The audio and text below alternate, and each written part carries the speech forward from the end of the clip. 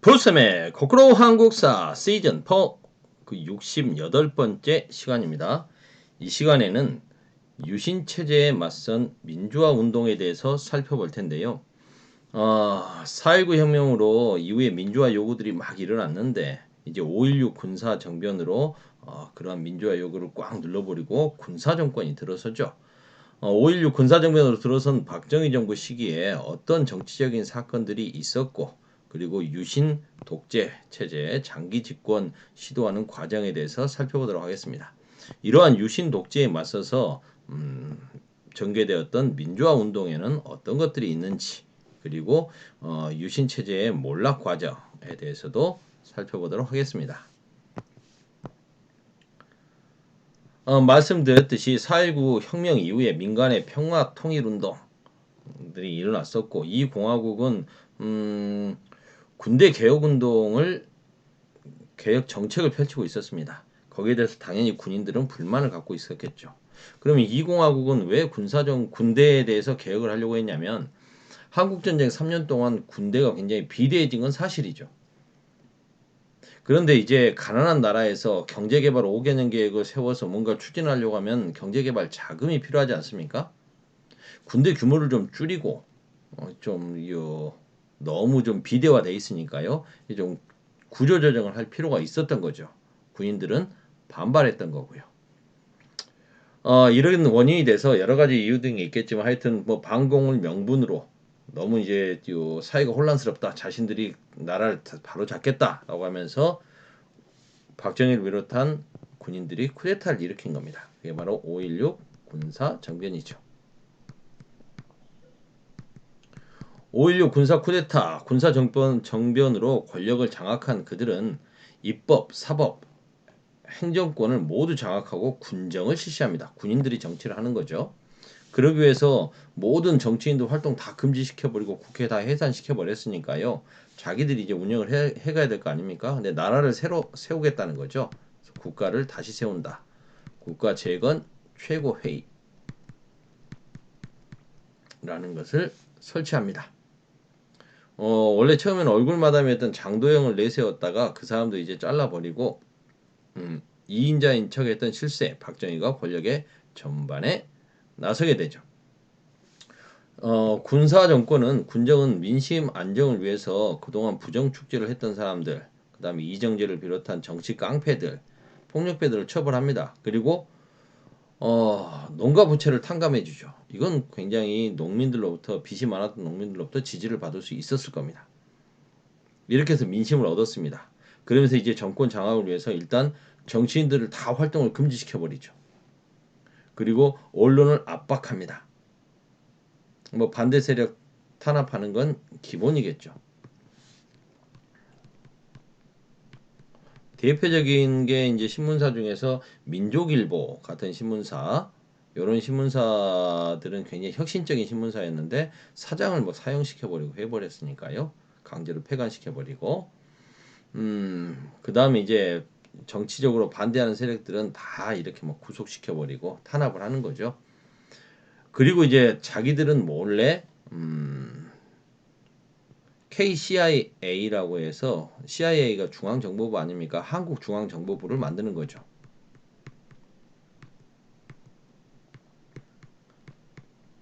김종필 씨가 중심이 돼서 중앙정보부장이 되죠. 김종필은 나중에 정치인이 되는 거지만 이때 당시는 박정희와 함께 그 쿠데타를 일으켰던 군인이고, 그리고 개인적으로는 박정희의 조카 사위이기도 했습니다. 이 CIA, KCIA 중앙정보부에서 국내의 정보 수집, 사찰 뭐 이런 것들 하는 거죠. 그리고 아예 수사 기능까지 갖고 있었으니까요. 그리고 이제 법을 바꿔서 대통령 중심제로 바꾸고 국회 단원제, 그러니까 양원제였던 거, 내각 책임제였던 거 다시 다 원래대로 돌려놓는 거죠. 이렇게 하고 자기들은 이제 원래 3년간만 군정 실시하고 나서 떠나겠다고 했는데, 군대로 복귀한다고 했는데 복귀하지 않고 민주공화당을 창당해서 대통령 후보로 나와버리는 거죠. 그래서 결국 대통령에 당선이 됩니다.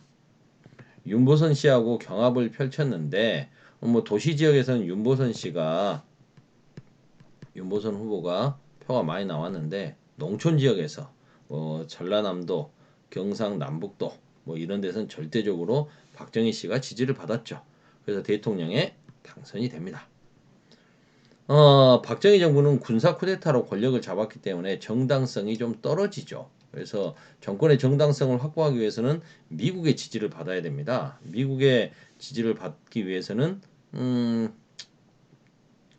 미국이 요구하는 걸 일정 정도 들어줄 수밖에 없는 거죠. 미국의 지지가 필요했다. 그리고 무엇보다도 쿠데타를 일으켰든 뭐했든 경제가 살아야 되는 겁니다. 그럼 경제 개발을 위한 돈이 필요하겠죠. 이걸 확보하기 위해서 어떻게 합니까? 한일 협정을 추진하죠. 한일 회담을 통해서 일본과의 국교 정상화를 추구합니다. 미국이 그걸 원했던 것도 있고요. 그리고 경제 개발을 위해선 돈이 필요했는데 일본으로부터 36년간 식민 지배를 받은 것에 대한 배상을 어느 정도 받아서 그 돈으로 경제 개발을 하려고 했던 거죠. 근데 이 한일 회담이 진행되면서 당시 김종필 중앙정보부장과 일본의 그 외상이었던 오히라가 만나서 뭐 이렇게 김종필 오히라 쪽지 메모 이런 걸 통해서 서로 의견을 교류하지 않습니까? 근데 여기서 결과적으로는 무상 3억 달러, 유상 2억 달러, 민간 차관 1억 달러 뭐 이런 식의 경제 협력 자금을 받는데 식민 지배에 대한 배상이 아니라 너희 나라 대한민국이라는 나라 세워졌으니까 축하한다. 독립을 축하한다. 이런 축하금 명목으로 그러니까 일본은 자신들의 식민 지배에 대해서는 정당했다라는 거죠. 사과를 하지 않은 거죠. 이런 식으로 하니까 이거 너무 굴욕적이다라고 하면서 사람들이 6.3 시위를 펼치는 거죠. 반대한다. 반대한다 하면서 학생들이 맹렬하게 이제 한일협정 굴욕적인 한일협정 반대 시위를 벌립니다. 그러면서 이렇게 하는 박정희 정권 퇴진하라라는 걸 요구하죠. 하지만 계엄령을 선포하여 시위를 억누르고 결국 강제로 1965년에 한일협정이 체결됩니다. 이 한일협정은 단순하게 경제적인 부분만 끝나는 게 아니라 문화적인 분야에서 일본이 우리나라로부터 가져갔던 많은 문화재들 있죠. 이런 것들을 일부 뭐 10분의 1 정도 일본이 좀 돌려주기도 하죠. 근데 그리고 이제 뭐 징용 끌려갔던 사람들에 대한 개인적인 배상 이런 것들 없이 국가 차원에서 이제 배상하는 걸로 하고 개인이 청구하는 거 청구권 다 이제 끝났다. 뭐 이런 식으로 합의를 해줘서 지금까지 막 문제가 되고 있는 부분들이 있는 거죠. 그 다음에 베트남 정권은 이제 미국의 요청에 기본적으로 약할 수밖에 없는데요. 한일 국교 정상화로 한미일 협력 체제를 강화한 박정희 정부는 미국의 요청에 따라서 베트남 전쟁에도 이제 참여하게 됩니다. 국군을 베트남전에 월남전에 파병하게 되는데요. 처음에는 뭐 의료진하고 태권도 교관 중심이 돼서 출발했다가 점차 이제 65년도부터는 전투 부대를 보내게 됩니다. 그리고 결과적으로는 이제 미국에 이어서 두 번째로 많은 연인원 32만여 명을 베트남에 보내게 되는 거죠. 전투 부대를 엄청 보내게 되는데 이 베트남 전쟁에 파병하는 국군 파병이 좀 문제가 됐던 것들이 뭡니까? 당시 이렇게 미국이 뭐 이건 세계사 시간이 아니라 뭐 그렇긴 합니다만 베트남 백성들 입장에서 국민들 입장에서는 자신들을 식민 지배했던 프랑스 몰아내고 그 다음에 이제 일본의 시기를 거쳐서 다시 프랑스가 들어오려고 하니까 그들까지 다시 몰아냈는데 프랑스를 몰아낸 거잖아요. 냈는데 근데 이제 미국이 또 들어오는 겁니다. 미국이 들어오는 것은 뭐 통킹만 사건 해가지고 이게 나중엔 조작으로 밝혀졌지 않습니까? 억지로 이제 억지 부려서 미국이 지금 개입을 한 거죠. 도미노 이론에 따라 가지고 공산주의가 확대된 걸 막아야겠다는 생각이었던 겁니다. 근데 다른 나라들 심지어 미국의 가장 친한 친구인 우방이라고 할 수 있는 영국마저도 이건 아니다 해가지고 전 세계가 미국의 베트남 참전에 대해서 욕을 하는 거죠. 반대하는 입장이었습니다. 근데 이제 미국은 여기에 대해서 자유우방을 지킨다, 월남을 지킨다라고 하면서 같이 가자라고 하는데 같이 가는 나라가 별로 없는 거죠. 미국 말에 꼼짝 못하는 몇몇 나라, 필리핀이라든가 대만이라든가 태국. 근데 이런 나라들도 실은 군인들을 이렇게 저 무장 부대, 전투 부대를 파병하기보다는 그 후방 부대 지원하는 운전병이라든가 이런 부대들만 파병했거든요. 근데 이제 요 한국군은 전투병까지 파병하게 되는 거죠. 그렇게 했던 이유는 미국의 요청이라는 게 가장 크고요. 그 다음에 돈이 없었습니다. 경제 개발에 필요한 돈을 미국이 제공해 주겠다고 하니까, 기술과 차관을 제공해 주겠다고 하니까 이제 혹한 거죠. 그리고 이제 그 전투부대에 파병된 병사들의 월급을 달러로 받기 때문에 외화벌이가 되는 게, 이게 경제 성장의 발판이 되는 거 아니겠습니까? 하지만 당시 전투 병력으로 파병했던 부대로 갔던 한국군은 후방 지원 부대로 갔던 필리핀이나 태국군보다 월급이 더 적었다고 합니다. 이런 것들은 좀 문제가 있는 거죠. 그리고 미군이 가기 좀 힘들어하는 곳에 밀림에서 수색 정찰이라든가 이런 데 이제 투입되게 되는 겁니다. 또 밀림 속에서 이동하는 부대들을 감시하기 편하게 하기 위해서 미군 같은 경우에는 고엽제를 밀림에다 갖다 뿌려버리지 않습니까? 그래서 지금까지도 그 파월 장병들이 고엽제 피해를 입고 있는 거고요. 그리고 뭐 일부 지역에서는 이 베트남 민간인들을 또 이렇게 한국군이 학살한 사건들도 있어가지고 그게 지금까지도 좀 문제가 되고 있죠. 음, 그다음 삼선 개헌으로 장기 집권을 꾀하다. 경제 성장을 통해 가지고 지지 기반을 확대했던 박정희는 1967년에 다시 대통령에 선출이 되었습니다. 60년대까지는 그래도 박정희 대통령이 경제 성장 기반으로 인기가 나름 있었어요. 근데 1968년에 그 미국 첩보함 푸에블로가 북한에 뭐 납포되기도 하고요. 1.21 사태라고 해서 새 벽두부터 김신조를 비롯해서 북한의 특수부대가 이 청와대 근처까지 쳐들어온 사건이 일어났죠. 1.21 사태.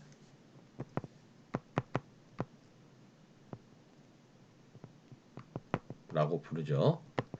그리고 울진 삼척에 대규모의 무장 공비들이 출몰하기도 하고요.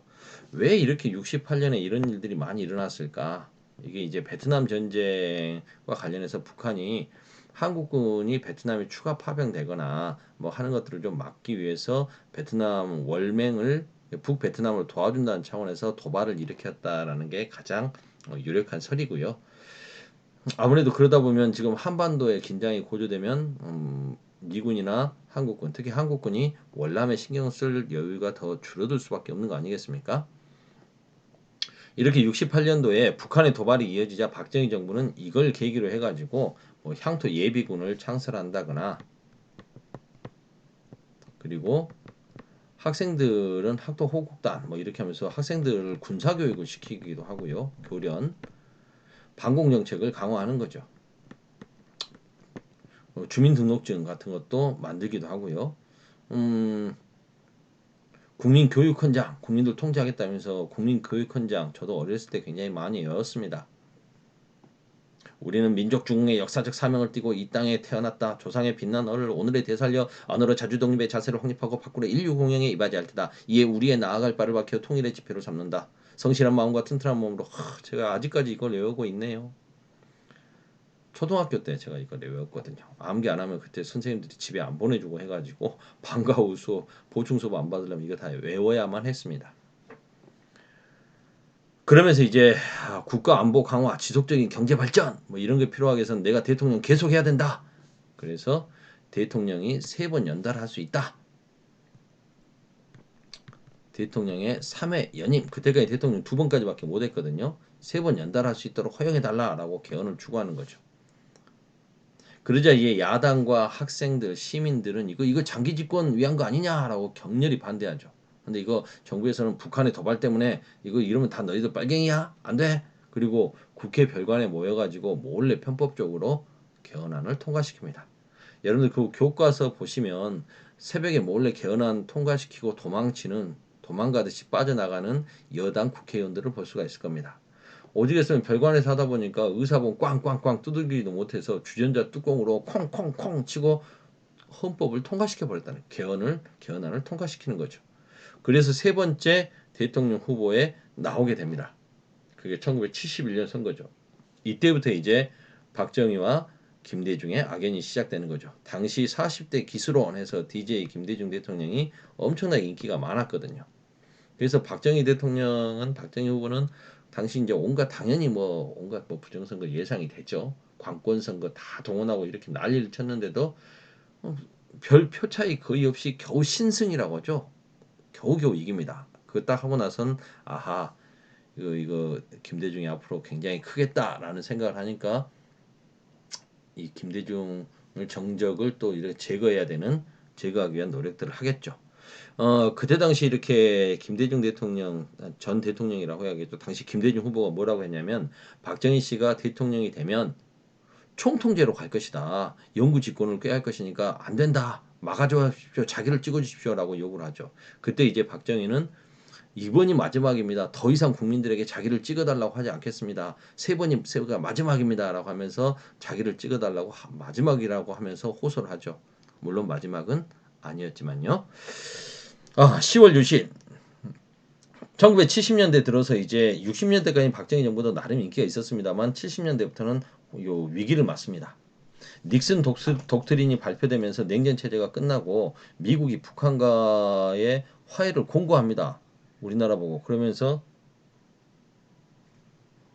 반공 정책을 계속 추진하기도 어려웠던 거죠.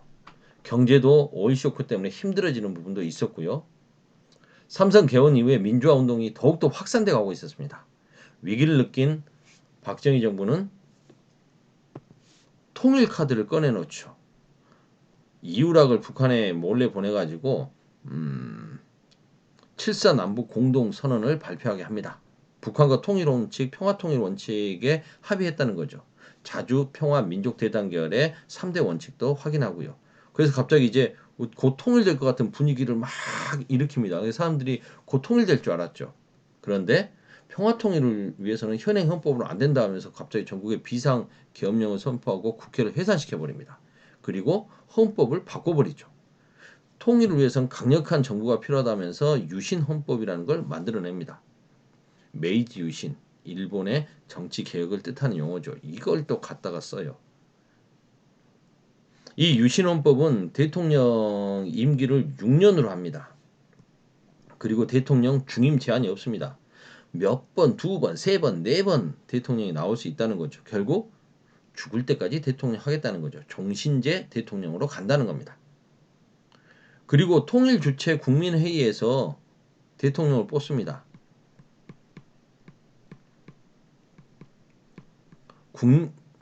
국민들이 대통령을 뽑는 게 아니라 통일 주체 국민회의라는 것을 통해서 간접적으로 대통령을 뽑는 거죠. 근데 대통령이 또 국회의원의 3분의 1을 추천해요. 이걸 유정회 국회의원이라고 하는데요. 이게 3분의 1은 일단 자기 편으로 먹고 들어가고 나머지 선거해라. 그러면 집권 여당에서는 놀고 먹을 리가 있겠습니까? 그러면 대충 해도 어떻게 되는 겁니까? 나머지에서 좀만 차지하면 되는 거예요. 그러면 이제 안정적으로 과반수를 여당이 차지하게 되겠죠. 그리고 초헌법적인 긴급조치권이라는 것을 대통령에게 줍니다. 긴급조치. 국민들의 기본권을 제한할 수 있는 거죠. 80년대에 이제 헌법 만들어지면서 폐지됩니다만 이 긴급조치권을 부여합니다. 헌법이 부여하고 있는 국민들의 기본권을 제한할 수 있다는 거죠. 집회도 못하게 대통령 말하는 것도 대통령에 대한 비판 말도 막 못하는 것도 못하게 해버려 지 마음대로 할 수 있다는 거죠. 초헌법적인 권한을 줍니다. 당연히 야당과 시민들은 유신체제 반대운동에 나서겠죠. 그런데 이 반대운동을 열심히 펼치고 일본까지 가서 막 그것들 알리고 있었던 김대중 씨를 어떻게 해버립니까? 일본에서 중앙정보부에서 납치해서 죽여버리려고 하죠. 그게 바로 김대중 납치 사건입니다. 뒤에 이제 김대중 씨는 뭐 이렇게 교통사고로 다리까지 이제 요 장애를 갖게 되는데요. 이건 정치인에 대한 백색 테러라고 봐야 되겠죠.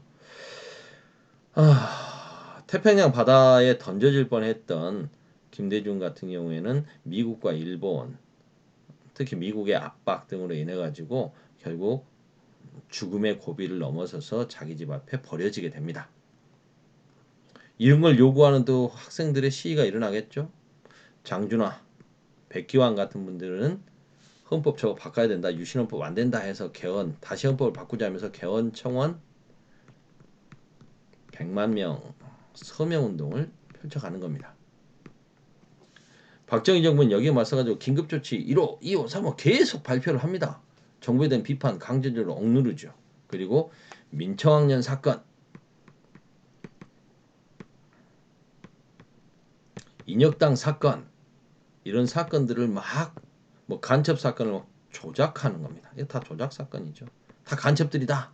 저 민주화운동 하는 놈들은 다 빨갱이다. 이거 아니겠습니까? 특히 인혁당 사건 같은 경우에는 인혁당 재건위 사건이라고 하는데요. 뭐 여기에 간첩으로 누명 씌워진 사람들은 형이 확정되고 나서 20시간 만에 사형이 집행돼 버립니다. 그래서 세계 법학자들이 이날을 사법사상 암흑의 날이다. 세계 사법사상 암흑의 날이라고 지정을 했죠. 우리나라의 독재 정권들이 참 어이없는 짓거리를 많이 했습니다. 이렇게 겨우 정권을 유지하고 있었던 힘들게 온갖 탄압으로 정권을 유지하고 있던 박정희 유신 체제. 그 말로는 어떠했을까요? 1970년대 후반이 되면서 이제 유신 체제는 그 한계에 다다릅니다. 물론 이 부분 안 했네요. 그 전에 이제 그 함석헌, 김대중 같은 제야 인사들이 3일 민주구국선언이라 해서 3월 1일 날 3.1절 기념 미사를 드리기 위해서 명동 성당에 모인 제야 인사들이 민주구국선언을 발표해서 유신체제 비판하고 박정희 정권 퇴진을 요구했던 이런 것들 활동들이 있었다. 긴급조치 철폐하라 이런 것들 요구했다는 거고요. 70년대 후반 이제 유신체제는 한계에 다다르는데 긴급조치 위반 건수가 나날이 늘어나요. 석유파동 제2차 석유파동이 또 일어나서 이제 경제마저 완전히 침체되니까 국민들의 불만이 엄청 높아지겠죠. 그런데 박정희는 1978년도에 통일주체 국민회의에서 9대 대통령에 또 당선됩니다. 그런데 대통령에는 박정희가 됐지만 국민들이 직접 투표하는 국회의원 선거에서는 야당이 여당을 앞질러 버렸어요. 그리고 이제 너무 이런 인권 탄압이 심해지니까 당시 미국의 대통령이었던 뭐 카터라든가 이런 사람들이 너 이러면 안 된다. 유감이다. 인권 탄압하지 말아라. 인권 탄압국이다. 라고 자꾸 우리나라 이야기하면서 이러면 주한미군 철수할 수도 있다. 국제사회에서 압박이 심해진 거죠. 그런 와중에 1979년 8월 YH 무역 사건이 터집니다. YH 무역은 가발 만들어 가지고 팔던 회사인데 흑자가 많이 나고 있었는데 이거 빼돌려 가지고 미국의 부동산 사고 뭐하고 하면서 회사가 자꾸 약해지는 거죠. 근데 회사 문을 강제로 회사를 폐업하겠다고 하니까 당시 여기서 일하고 있던 여자 노동자들 여공들이 이제 생존권 보장을 요구하면서 당시 야당이었던 신민당 당사에서 농성을 펼치죠. 농성할 수 있는 장소가 긴급조치 때문에 없으니까 야당 당사로 갔는데 여기에서 이제 어떻게 합니까? 거기에 경찰들이 들어가서 강제로 해산하게 되면서 이 와중에서 이제 김경숙이라고 하는 여성 노동자가 죽기도 하고 야당 의원들과 기자들도 막 부상을 입죠. 그러자 당시 야당 총재였던 YS 김영삼 씨가 여기에 대해서 이제 뭐 문제 제기를 하면서 외국 신문과의 인터뷰에서 이건 말이 안 된다라고 정부를 비판하자 야당 대표를 당대표를 국회의원에서 제명시켜 버리는 황당한 일이 벌어집니다. 이렇게 돼 이제 독재 타도 유신 철폐를 외치면서 YS의 정치적 근거지였던 부산과 마산에서 민주화 운동이 일어나죠. 이게 바로 부마 민주항쟁입니다. 정부는 계엄령 선포하고 군대 동원해가지고 이걸 진압하려고 하죠. 근데 이제 경제 침체로 그 불만이 많았던 노동자들까지 시위에 참여하면서 임금 공단까지 시위가 확산됩니다. 그리고 이걸 어떻게 수습할까라는 걸 가지고 궁정동에서 수습 방안을 놓고 이제 뭐 협의하는 과정에서 이 유신 체제의 핵심 인물들이 서로 갈등을 보이는 거죠. 차지철 같은 대통령 경호실장 차지철은 그냥 탱크로 밀어버리고 사람들 죽여버리면 됩니다. 라고 세게 나갔던 거고 당시 중앙정보부장이었던 김재규는 이러면 안 됩니다. 타협해야 됩니다. 라고 했던 거죠. 이런 갈등 속에서 김재규 중앙정보부장이 박정희를 쏘죠. 야수의 심정으로 유신의 심장에 총을 쐈다. 이게 11.6 사태 아닙니까? 이러면서 유신 체제가 붕괴되는 거죠. 박정희 정권 18년이라는 긴 기간이 있어서 그런지 그 이야기를 좀 짧게 하는데 시간이 많이 걸리네요. 무려 25분의 시간이 갔습니다. 제가 디딤 영상 녹화한 것 중에서 가장 장시간이네요. 여기까지 하겠습니다.